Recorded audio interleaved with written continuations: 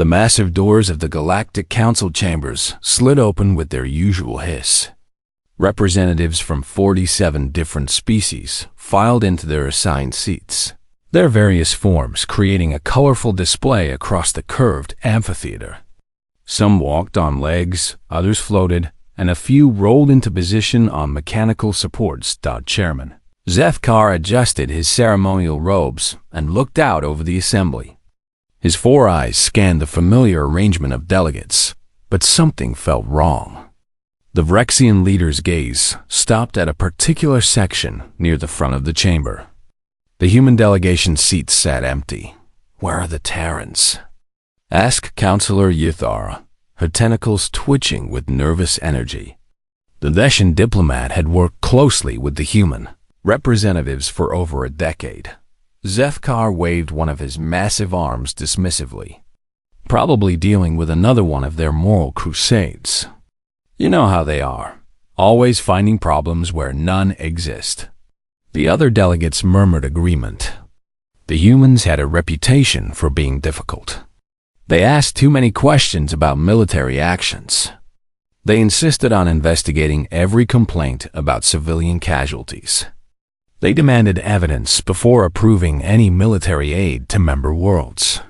"We can proceed without them," announced the chairman. "The vote on the Zephyrian Expansion Initiative will continue as planned." But as the session progressed, more representatives began to notice the absence. The humans never missed important votes. They were annoyingly reliable in that way. Always present, always prepared, always asking uncomfortable questions about ethics and rules of war. 3 sessions passed. The human seats remained empty. Across the galaxy, something unprecedented was happening. On every human colony, from the industrial centers of Alpha Centauri to the farming worlds of the Vega system, the same scene played out. Families packed their belongings with quiet efficiency. Children were told they were going on a long trip. No one explained where or why. Dr. Yulthara stood on the observation deck of the Veshan research station orbiting Kepler 442b. Below her, the human settlement was emptying. Transport ships landed and departed in careful coordination. Each vessel carried hundreds of people and thousands of pounds of equipment.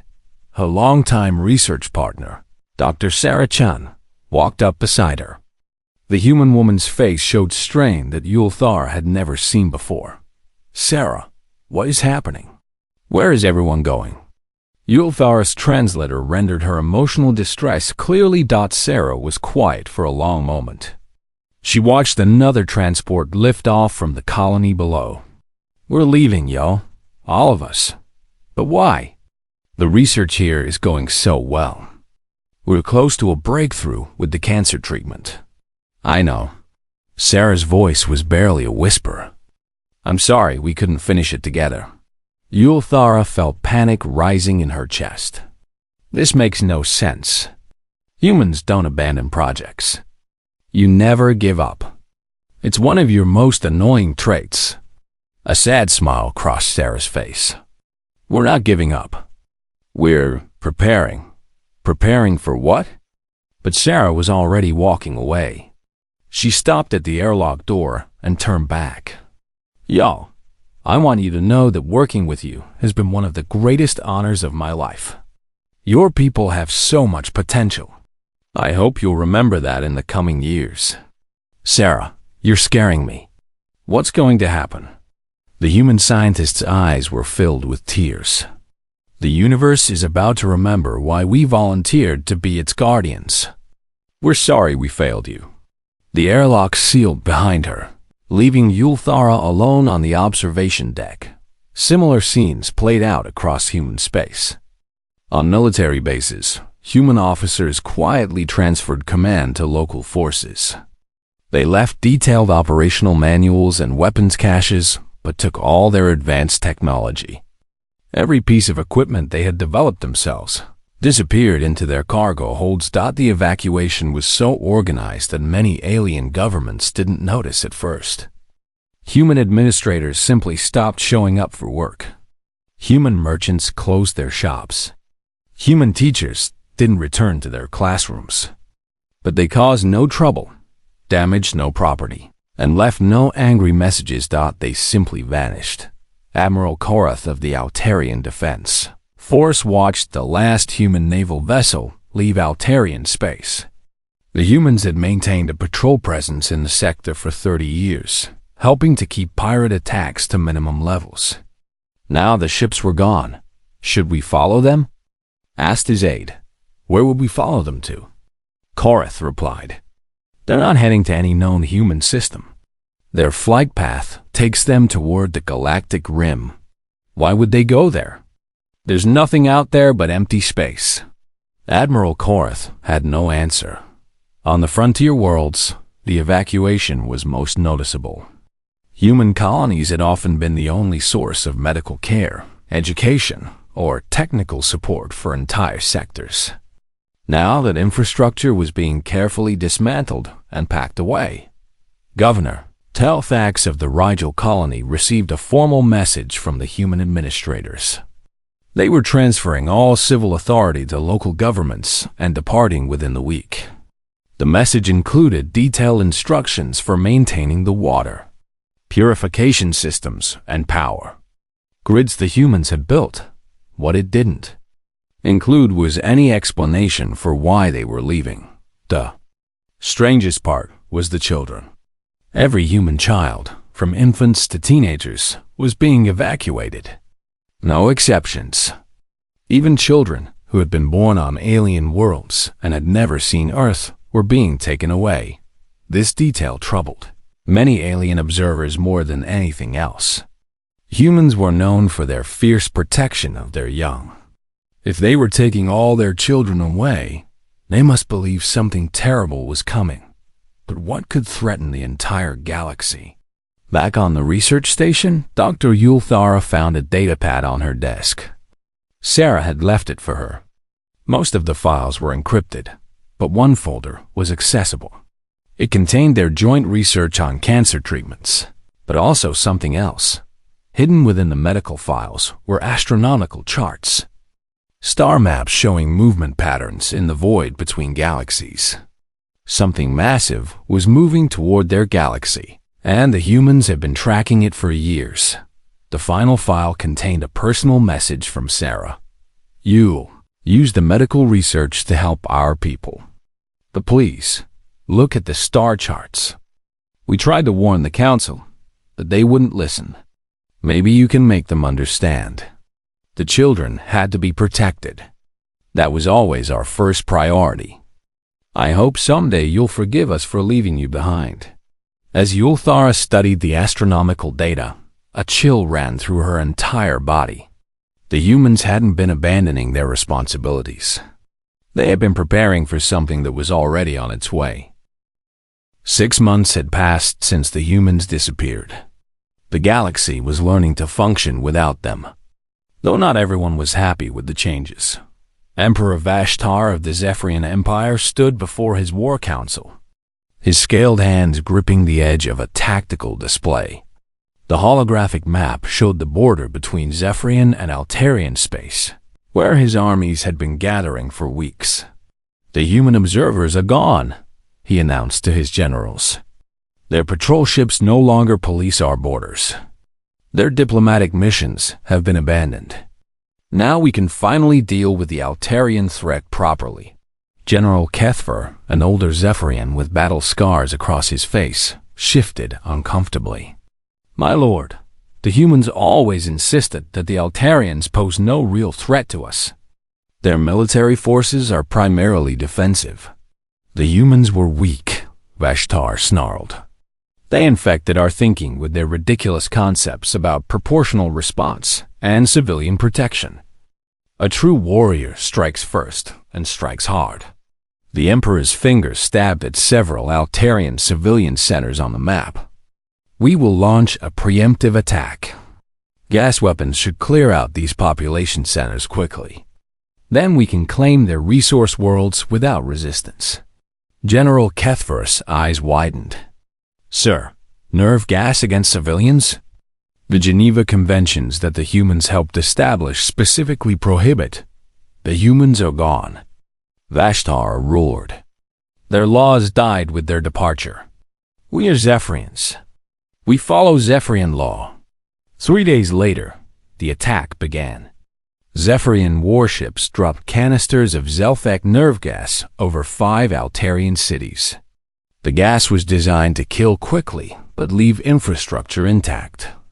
Within hours, over 2 million Altarian civilians were dead. The Galactic Council convened an emergency session. Chairman Zethkar called for order as delegates shouted accusations and demands across the chamber. The Altarian representative wept openly as he displayed images of the dead cities. This is an unprecedented violation of galactic law, declared Councillor Ythara. The chemical weapons treaties clearly state. Treaties enforced by whom? Interrupted the Zephyrian delegate. The humans who wrote those treaties have abandoned us. Why should we be bound by the laws of ghosts?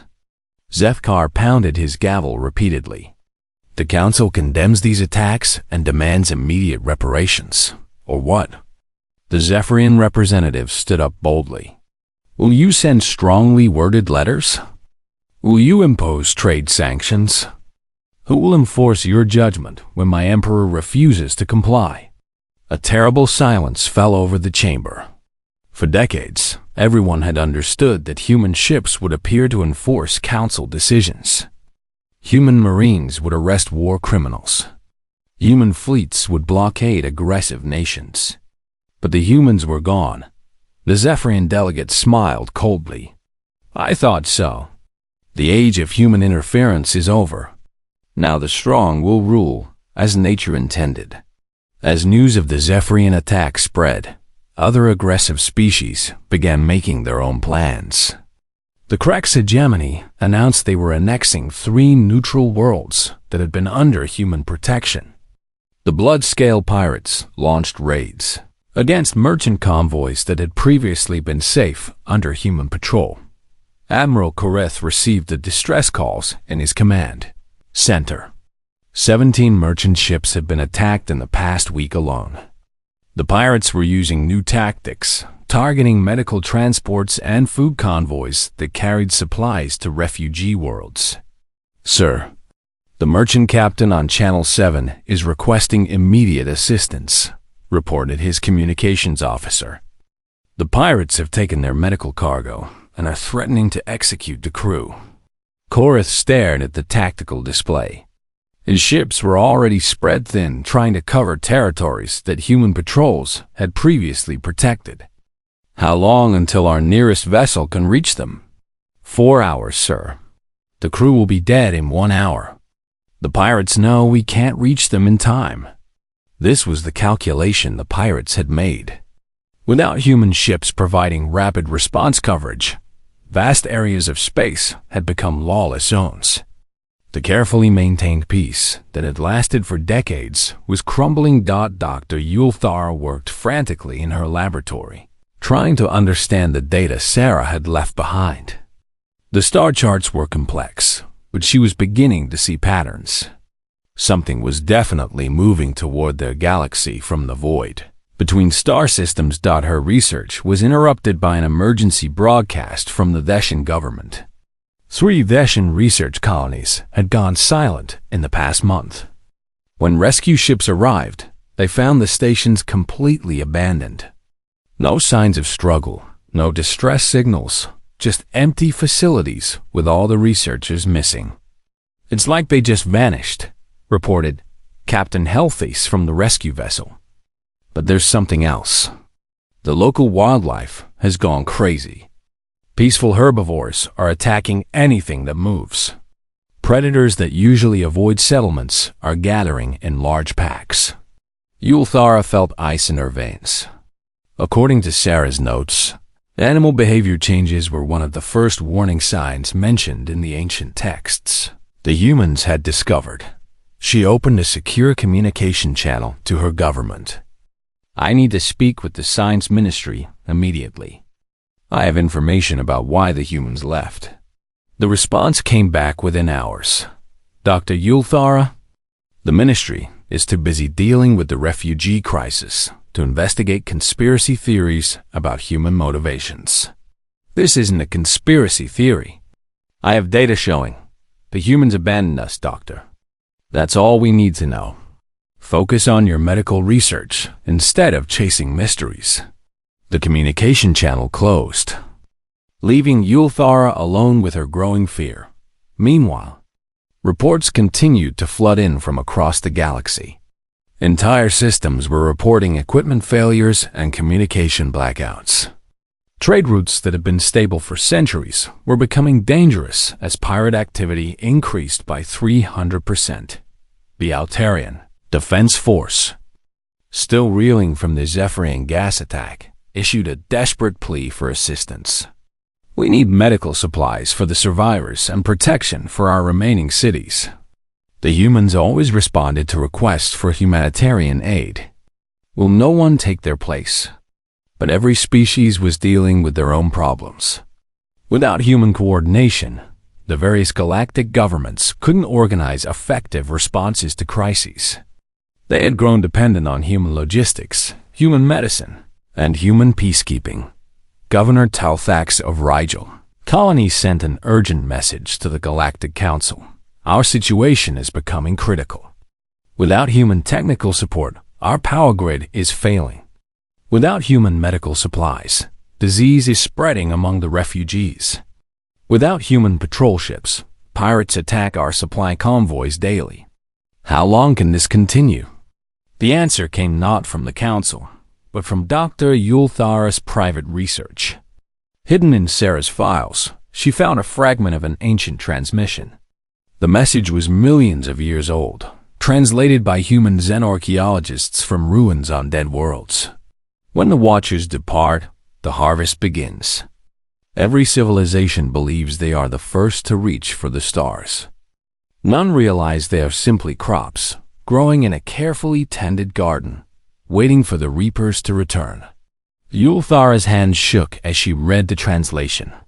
The humans hadn't abandoned them out of anger or frustration. They had been the Watchers mentioned in the message, and their departure meant something terrible was coming to harvest the galaxy.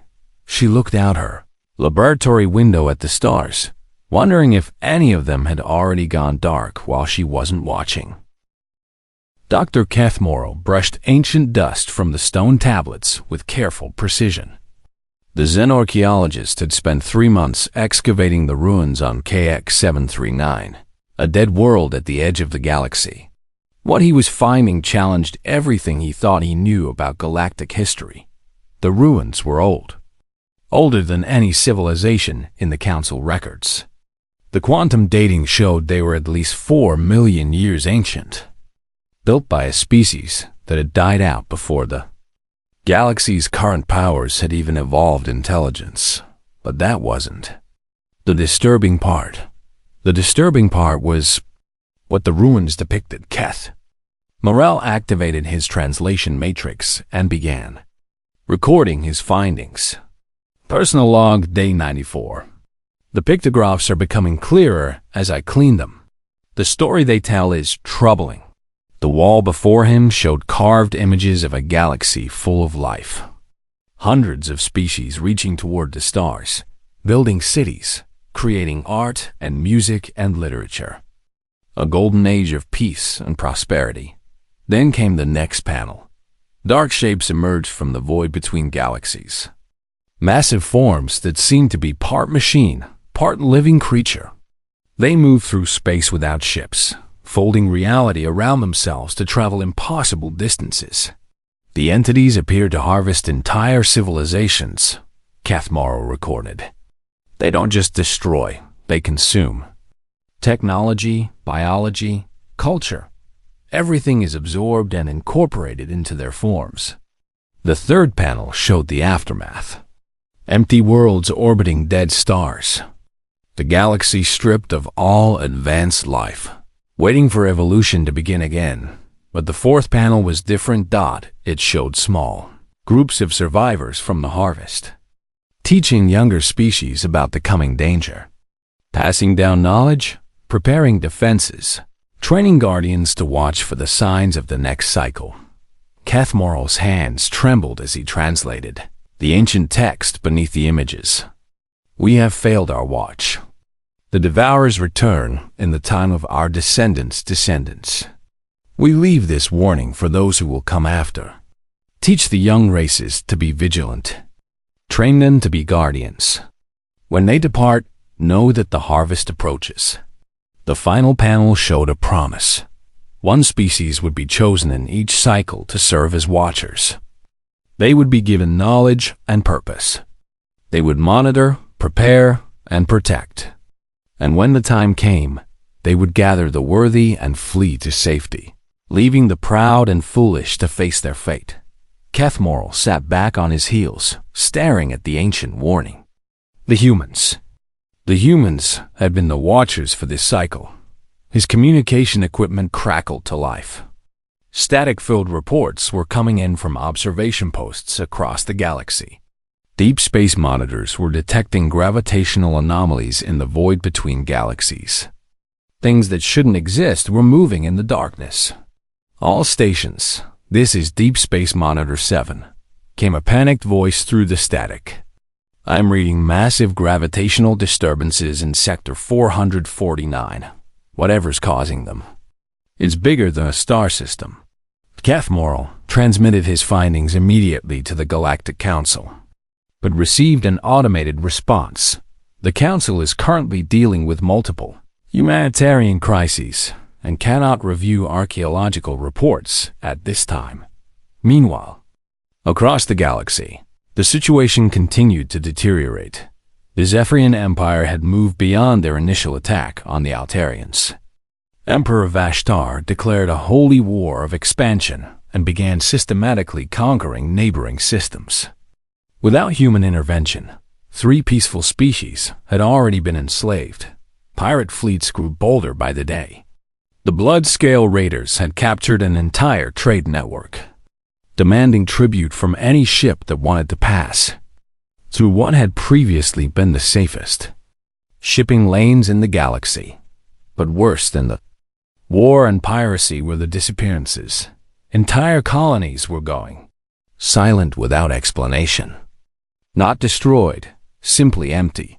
Rescue teams would arrive to find empty cities with no signs of struggle. Food still on tables, vehicles still running, but no people anywhere. Dr. Yulthara had documented 17 such incidents in the past month. Each one followed the same pattern. First, the local animals would go crazy, then all communication would stop. Then rescue teams would find ghost towns. She was comparing the locations of the disappearances when her laboratory door chimed.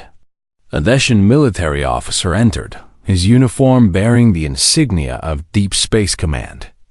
"Doctor, I'm Commander Velther. I understand you've been studying human data about unusual astronomical phenomena." Yulthara nodded carefully. "Yes, but my government told me to focus on medical research." The government was wrong. Velther activated a portable holographic display. "We've been monitoring deep space. Something is out there, Doctor. Something big enough to bend light around itself." The hologram showed the galaxy from above, with red markers indicating the locations of the mysterious disappearances. They formed a pattern, a spiral starting from the galactic edge and moving inward. "It's not random," Yulthara realized. "They're being taken in order from the outside in." Taken by what? Yulthara pulled up Sarah's data files. According to human research, by entities called harvesters. They've been doing this for millions of years, harvesting civilizations when they reach a certain level of development. Commander Velther stared at the data in horror. How did the humans know this? They found ancient warnings, just like Dr. Kethmoral did on KX-739, but they found them centuries ago. They've been preparing for this their entire civilization. The commander's communication device beeped urgently. He answered with a grim expression that grew worse as he listened. "Doctor, I need you to come with me immediately. The Council has finally authorized an expedition to Earth. We need someone who can interpret human data files.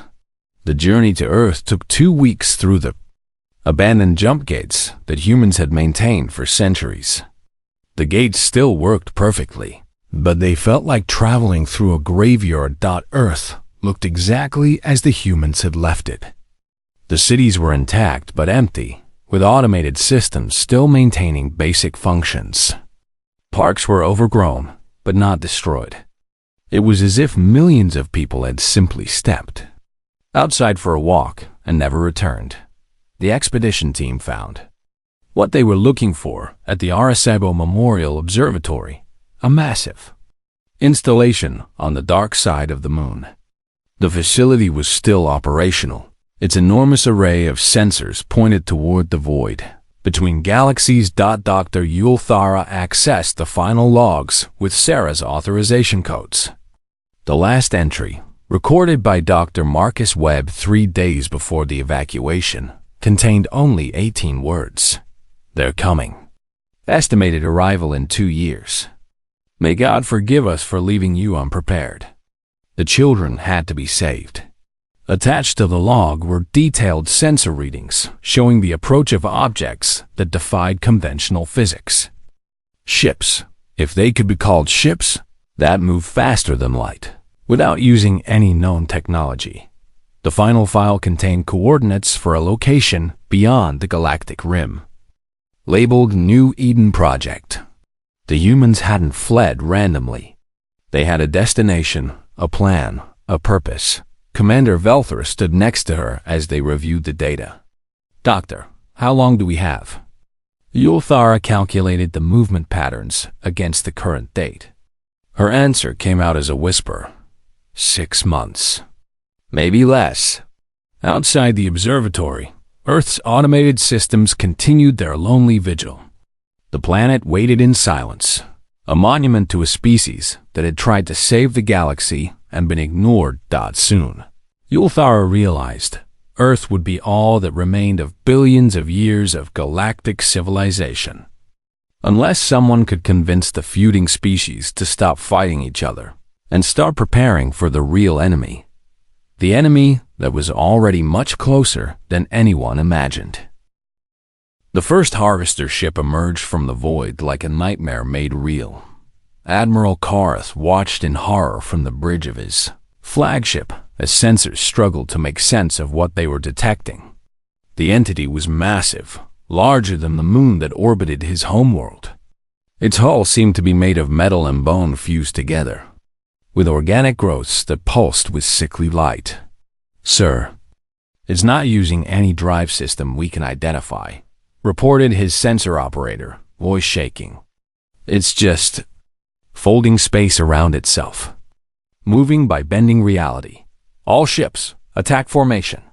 Korath commanded. The combined fleet of the Altarian Defense Force moved toward the intruder. 47 vessels, representing the best military technology there civilization could produce. The harvester didn't seem to notice them at first.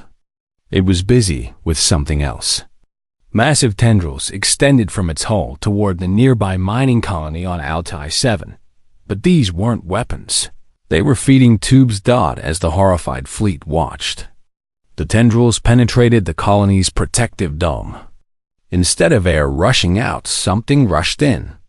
The colonists were pulled from their homes, their bodies dissolving into streams of energy that flowed back into the harvester ship. But worse than the people were the buildings. The metal and concrete and plastic of the colony began to flow like liquid, reshaping itself and merging with the harvester's hull. The technology, the art, the culture, everything was being absorbed and incorporated. Open fire! Admiral Korath shouted. 40-7 ships unleashed their full arsenals against the harvester. Plasma cannons, particle beams, and fusion missiles struck its hull with enough force to shatter a mountain. The explosions lit up space like miniature suns. When the light faded, the harvester was completely undamaged. Worse, it had grown larger. The energy from their weapons had been absorbed just like everything else. The alien entity finally turned its attention to the fleet. What happened next would haunt the few survivors for the rest of their short lives. The harvester didn't fire weapons. Instead, it sang, a sound that no living being was meant to hear echoed through space and somehow penetrated the hulls of every ship. The crew members began to scream as their own bodies turned against them.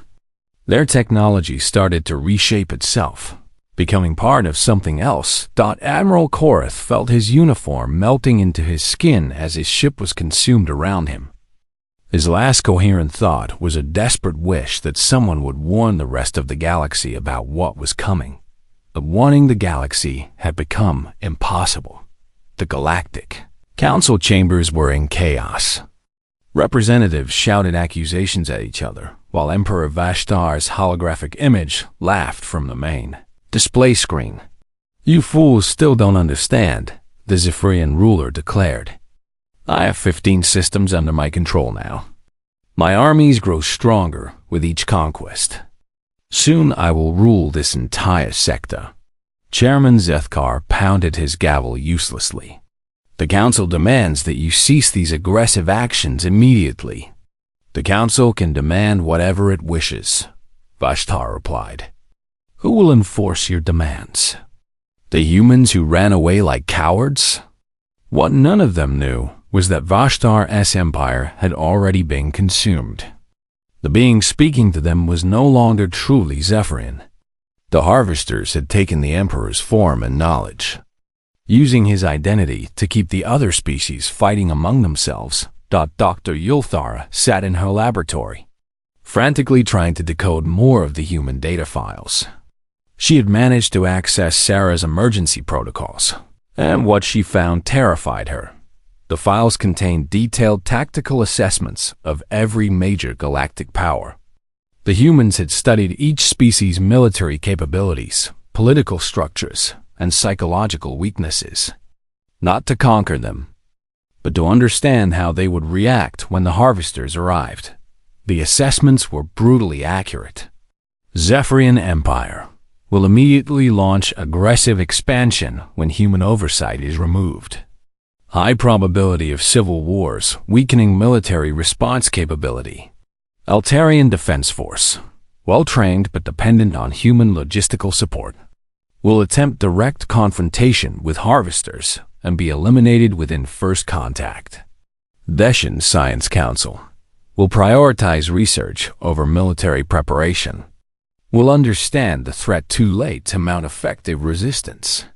Council Government will collapse into factional disputes when faced with existential crisis. Members will pursue individual survival over collective defense. Every prediction was coming true. The human files also contained something else. Automated beacon systems hidden throughout the galaxy. As Yulthara watched, her sensors detected the beacons activating one by one. Each signal meant the same thing. Another system had fallen to the harvesters. The pattern of consumption was becoming clear. The harvesters moved from system to system in careful order, taking time to fully digest each civilization before moving to the next. They weren't just destroying, they were learning. Each absorbed species made them stronger, smarter, more dangerous. They were incorporating the military tactics of every conquered fleet, the scientific knowledge of every consumed research station, the cultural understanding of every harvested world. Dr. Kethmoral's archaeological team had evacuated to the Deshan homeworld, bringing with them complete translations of the ancient warnings. The records spoke of previous harvests, previous cycles of civilization and destruction. "The Devourers learn from every harvest," he reported to the Science Council. "They become more efficient each time. Previous civilizations have faced them with magic, with technology, with unity, with individualism. Nothing has worked. They adapt to every strategy." "Then, what did the ancient writers suggest?" asked Chief Scientist Helmara. Kethmoral pointed to the final panel of the ancient pictographs. "Escape. The only survival strategy is to run far enough and hide long enough for them to complete their harvest and return to the void. Those who fight are consumed. Those who hide might live to rebuild. That's what the humans did, Yulthara realized. They didn't abandon us out of cowardice. They saved who they could and left the rest to make their own choice. Fight and die. Or learn and survive. But it was becoming clear that most of the galaxy had chosen to fight. The desperate transmission came from deep. Space Monitor 4. This is Commander Jalthis reporting final contact. We have visual on 17 harvester entities approaching the Rigel sector. They're singing again. The song is beautiful. I want to go to them. I want to become part of. The transmission cut off. Governor Telthax evacuated Rigel colony with only hours to spare. His transport ship joined a growing fleet of refugees fleeing toward the galactic core. But even there, they weren't safe. The harvesters had changed their pattern. Instead of moving system by system, they had split up. Multiple harvesting fleets now swept through the galaxy simultaneously, approaching from different directions. How many ships are we detecting? Asked Captain Healthies of the refugee vessel Salvation. 47 separate entities, reported the sensor operator. But sir, they're not just ships anymore. Some of them look like they've incorporated entire space stations. Others have grown organic structures that match no known biology. And the largest one, what about it? It's shaped like a combination of Zephyrian, Altarian, and Rigelian architecture. It's using the cultures it consumed to rebuild itself. The horrific truth was becoming clear. The harvesters weren't just consuming civilizations, they were becoming them. Each absorbed species became part of their collective consciousness. Their knowledge and abilities added to the growing intelligence that guided the harvest. Dr. Yulthara made a final, desperate transmission to anyone who might be listening. This is Dr. Yulthara of the Theshan Science Council. If anyone receives this message, you need to understand. The humans tried to save us. They left behind hidden supply caches and automated defense grids in their old systems. The access codes are in this transmission. She attached Sarah's authorization files to the broadcast and sent it on all emergency frequencies. The humans knew we wouldn't listen. They knew we'd fight among ourselves instead of preparing. But they still left us tools to survive if we're smart enough to use them. Find the human systems. The automated defenses might buy us time. As she finished the transmission, alarms began screaming throughout her laboratory. The harvesters had reached the Shen space. Through her window, she could see stars going dark one by one as the harvest consumed everything in its path. Soon, it would be her turn to choose fight and be consumed, or run and hope to find sanctuary in whatever refuge the humans had prepared. The galaxy that had existed for millions of years was ending. The only question now was whether anything would remain to remember it. 1 year after the harvest began, the galaxy was dying. Dr. Yulthara floated in zero gravity aboard the refugee ship Sanctuary, one of the last vessels to escape the destruction of the Theshan homeworld.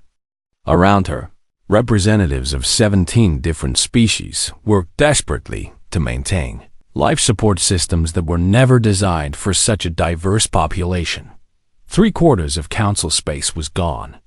The harvesters had consumed entire sectors, leaving behind only empty space where civilizations had once thrived. The survivors numbered in the millions, instead of the billions that had once populated the galaxy. But they were alive because of something the humans had left behind. Dr. Yulthara. To the command deck, announced Captain Healthies over the ship's communication system. We're approaching the Sol system. You need to see this. Yulthara pulled herself through the ship's corridors to the main view screen. What she saw there defied belief. Earth's solar system had been transformed into a fortress. Massive, automated defense platforms orbited every planet. Their weapons powered by technology that seemed decades ahead of anything she remembered. Artificial intelligence systems guided patrol ships that moved with impossible precision. The entire system pulsed with energy shields that made space itself shimmer. The human automated systems activated when we entered the system, reported the ship's communications officer. They're welcoming us. In 17 different languages. The voice that came through the speakers was artificially generated, but somehow warm and familiar. Welcome to the Soul Sanctuary. This system has been prepared for the survivors of the Galactic Harvest. Please proceed to Luna Station for processing and assignment to habitat modules. Luna Station was a marvel of engineering that hadn't existed when the humans departed. It was a massive ring-shaped structure that encircled Earth's moon, with docking bays large enough to accommodate ships from every species in the galaxy. As refugee ships arrived, they were greeted by holographic avatars of humans who had died decades earlier, but had uploaded their consciousness to serve as guides. Dr. Sarah Chen's image appeared on Yulthara's screen, looking exactly as she had the day she departed. "Hello, old friend," the hologram said with a sad smile. "I wish we were meeting again under better circumstances." Yulthara felt tears streaming down her face. "Sarah, is it really you?"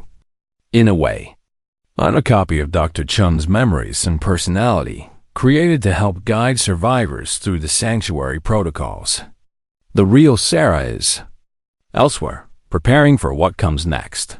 "What comes next?" But before the hologram could answer, alarms began sounding throughout Luna Station. The deep space sensors were detecting something impossible, a massive fleet emerging from the void between galaxies. But these ships were moving toward the galaxy, not away from it. The lead vessel broadcast on all frequencies, using the authorization codes that only one species possessed. The voice that came through was older than Yulthar remembered, but unmistakable. "This is Admiral Sarah Chun of the Terran Exodus Fleet. We are returning to settle our debt. All remaining Council species, prepare for immediate evacuation to designated safe zones. We're going to finish what our predecessors started." Through the view screen, Yulthara watched as humanity's fleet entered the solar system. But these weren't the ships she remembered from before the Exodus. These vessels seemed to exist partially outside normal space, their hulls shifting between solid matter and pure energy. They moved like living things, adapting their shapes as they traveled. The flagship materialized directly beside Luna Station without using any visible docking system. Its hull simply flowed and merged with the station's structure, creating an airlock where none had existed moments before. Admiral Chun walked through the airlock as if stepping between rooms. She looked older, her hair white and her face lined with years of worry. But her eyes burned with determination that Yulthara had never seen before. "Sarah," Yulthara whispered, hardly believing her old friend was really there. "Hello, Yul. I'm sorry we took so long." Sarah's voice carried the weight of terrible knowledge. "We had to learn how to kill gods." The explanation came in fragments as the human fleet prepared for battle. During their exile, humanity had made contact with the ancient civilizations that had survived previous harvests. Species that had fled so far into the void that they had learned to exist between dimensions, neither fully alive nor entirely dead. "The harvesters aren't invincible," Sarah explained as she led Yulthara through the flagship's impossible corridors. "But they can't be defeated with conventional weapons. They absorb energy, consume matter, adapt to every strategy. To beat them, we had to become something else." They entered the ship's command center, where Yulthara saw technology that violated every law of physics she knew. Consoles that existed in multiple dimensions simultaneously. Crew members whose bodies flickered between states of matter. Weapons that could reach across space and time to strike at targets that hadn't yet decided to exist. "We learned to think like they do," Sarah continued. "To exist in the spaces between reality. We spent 50 years becoming something that could hunt the hunters. The battle began. When the Harvester fleet detected the human presence, Yulthara watched from the flagship's observation deck as impossible forces clashed. In the void around Earth, the Harvesters had grown massive during their year of feeding, some of them the size of small planets, their hulls incorporating the architecture and biology of dozens of consumed civilizations. But the human ships moved like predators stalking prey. Instead of attacking the Harvesters directly, they slipped between dimensions, striking at the entity's connection to the void between galaxies. Each hit severed another link in the network that connected the Harvester fleet to its source of power. They're not individual ships, Sarah explained as the battle raged around them. They're all part of one massive intelligence that spans the space between galaxies. Cut enough connections, and the intelligence begins to fragment. The largest Harvester, a nightmare fusion of consumed civilizations, turned its attention to the human flagship. Its attack came as that terrible song that had destroyed so many fleets before. But the humans sang back. The sound that emerged from the human ships was different from anything Yulthara had ever heard. It wasn't just music. It was mathematics made audible, physics transformed into harmony. It was the sound of reality being rewritten. Where the Harvester song sought to consume and absorb, the human song did something else entirely. It offered choice. Across the Harvester fleet, the absorbed civilizations that had been incorporated against their will began to remember who they had been. Zephyrian warriors, Altarian defenders, Deshan scientists. Their consciousness began to separate from the collective intelligence that had consumed them. "We're not trying to destroy them," Sarah said softly. "We're trying to free them." The battle lasted 17 hours. When it ended, the Harvester fleet hung silent in space, their hulls splitting apart as the civilizations within them chose to return to individual existence. Ships and stations that had been consumed reformed themselves. People who had been absorbed for months emerged confused but alive. But the war wasn't over. The intelligence behind the harvest still exists, Sarah explained as rescue operations began. It will try again, just as it has for millions of years. But we've changed the rules. The human fleet began to disperse throughout the galaxy, establishing monitoring stations and defense platforms at key locations. But these weren't the same kind of guardians as before. "We're not staying to protect you," Sarah told the assembled survivors. "We're staying to teach you to protect yourselves. The next time the Harvesters return, and they will return, it won't be humanity standing guard. It will be all of us together." Dr. Yulthara stood on Luna Station's observation deck, watching as reconstruction ships departed to rebuild the damaged worlds. The galaxy was wounded but alive. The cycle of harvest and regrowth that had continued for millions of years had finally been broken, not through force or technology alone, but through the most human of qualities, the stubborn refusal to give up on those who had given up on themselves. As she watched the ships disappear into the distance, Yulthara made a personal log entry that would become part of the official record. The humans never stopped being our guardians. They just needed to become something more, something that could teach us to guard ourselves. The judgment had finally been delivered, not on the civilizations that had failed to listen, but on the ancient evil that had preyed upon the galaxy for eons. And in the end, it wasn't the strong who had delivered that judgment. It was the species that had volunteered to carry the burden of watching over everyone else. Even when no one wanted to be watched over, the universe was safe. Not because humanity had saved it, but because humanity had taught it to save itself.